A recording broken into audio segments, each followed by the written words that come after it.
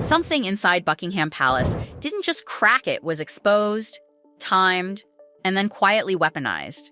Because this was never just about a yacht. It was about power, control, and a moment when Prince William stopped waiting and started acting. The entire chain reaction begins with something so ordinary, it almost feels like a mistake. A routine maritime filing, a ship registry update that nobody reads. The kind of document buried in bureaucratic silence, meant for insurance records, not headlines. But this one detail, one placement of a vessel at a specific marina on a specific date, ignited something irreversible. Because that vessel, the Esperanza III, wasn't just anywhere. It was anchored off the southern coast of France in late July 2025. And on that yacht, hidden from every official record, was Queen Camilla. No announcement, no court circular entry, no press briefing, not even a quiet acknowledgement. While Prince William and Kate were visibly carrying out back-to-back public duties, visiting a children's hospice in Birmingham, attending a veterans event near Edinburgh, Camilla was somewhere she was never meant to be found. And that contrast? It wasn't accidental.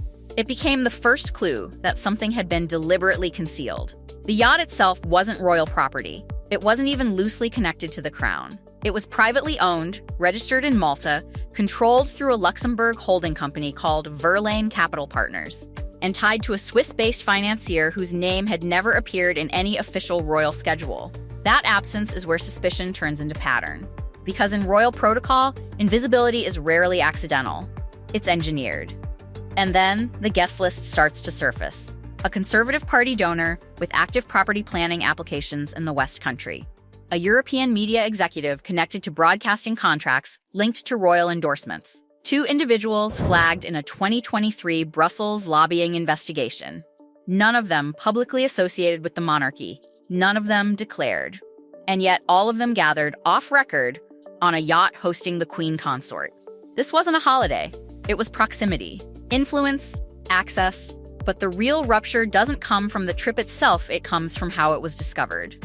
A photograph, not even a public one. A background image from a private Instagram account. A dinner on deck, posted briefly, deleted quickly, but not before someone saved it. That moment, less than 48 hours of visibility, was enough. 2 British journalists and a German media outlet received it. And the German team? They had been tracking European lobbying networks for years. They didn't just see a dinner, they saw connections.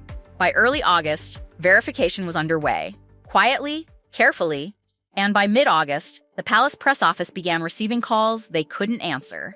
That silence, unprepared, uncoordinated, wasn't just embarrassment, it was exposure. Because internally, this wasn't just a scandal. It was a direct violation of something much bigger. For 18 months leading up to this moment, William had been pushing a reform agenda inside the palace. Tighter controls, stricter rules, clear boundaries around gifts, hospitality, and relationships with individuals who had financial interests connected to the crown. This wasn't theoretical. It was written policy, distributed to every senior royal household. Mandatory. Camilla's office received it. And then she went anyway. That single decision transforms everything. Because now, the story isn't about secrecy, it's about defiance. Inside Kensington Palace, the reaction wasn't loud. It didn't need to be. Sources described it as controlled fury. And if you understand William, that phrase carries weight. He doesn't shout, he doesn't publicly retaliate, he removes. Quietly, permanently, he removed his own brother from the institution.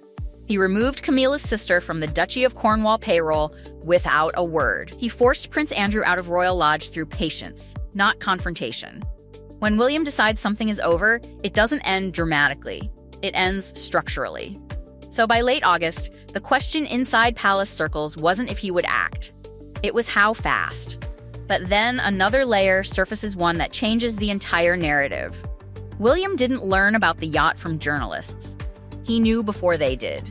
Someone inside that small, controlled circle sent the information directly to Kensington Palace. Not leaked to the press, not exposed publicly, delivered privately. That distinction matters. Because that wasn't just information. That was a signal, a warning, Someone on that yacht believed what they witnessed crossed a line, and they chose William as the person to act on it. Now the story shifts from scandal to strategy. Because William didn't react blindly. He already had the details before the world even suspected something was wrong. Which means everything that followed wasn't damage control. It was execution. And then the paper trail begins to unravel Camilla's defense completely. The question nobody could answer: who paid? Because royal protocol is clear. Any travel, lodging, or hospitality provided by private individuals above a certain value must be declared, logged, reviewed, added to transparency records. This trip wasn't. No entry, no disclosure, nothing. And when the ownership structure of Esperanza 3 is examined, it only gets worse. Verlaine Capital Partners, Luxembourg-based. 3 directors. One of them, a British citizen, named in a 2022 parliamentary report on foreign influence in UK property markets. Not charged with a crime, but flagged for scrutiny, especially in areas like heritage land decisions. And that's where the connection tightens. Because heritage land decisions are exactly where royal influence matters. Patronages, foundations, advisory boards, networks where soft power quietly shapes outcomes. Camilla's public associations intersect directly with these spaces, which means even the appearance of proximity becomes dangerous, not illegal, but unacceptable. When Camilla's office responded by calling the trip a private matter, it collapsed immediately under that pressure.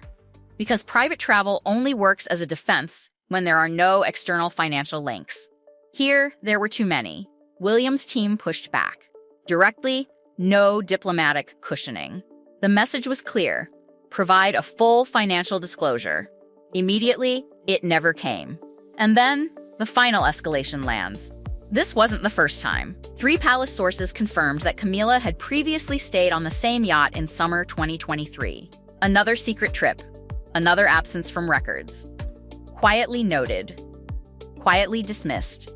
William didn't know then. He knows now. Which means what looked like a single lapse is now a pattern. A pattern that was seen once and ignored. And when William's team cross-referenced the timeline, it aligned with something even more uncomfortable: a $40,000 donation from Verlaine Capital Partners, followed by a 2024 planning application for a heritage site in Somerset, reviewed by advisory groups linked to royal networks. No direct interference.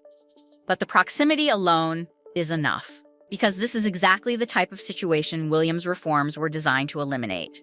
And suddenly, the question no one inside the palace wants to say out loud begins to form. If this pattern existed, if the earlier trip was flagged, if the connections were visible, then who knew and chose to let it continue? And more dangerously, was King Charles ever fully told? Because the moment William asked that question, was Charles ever fully told, the entire balance inside the monarchy shifted from uncertainty to confrontation.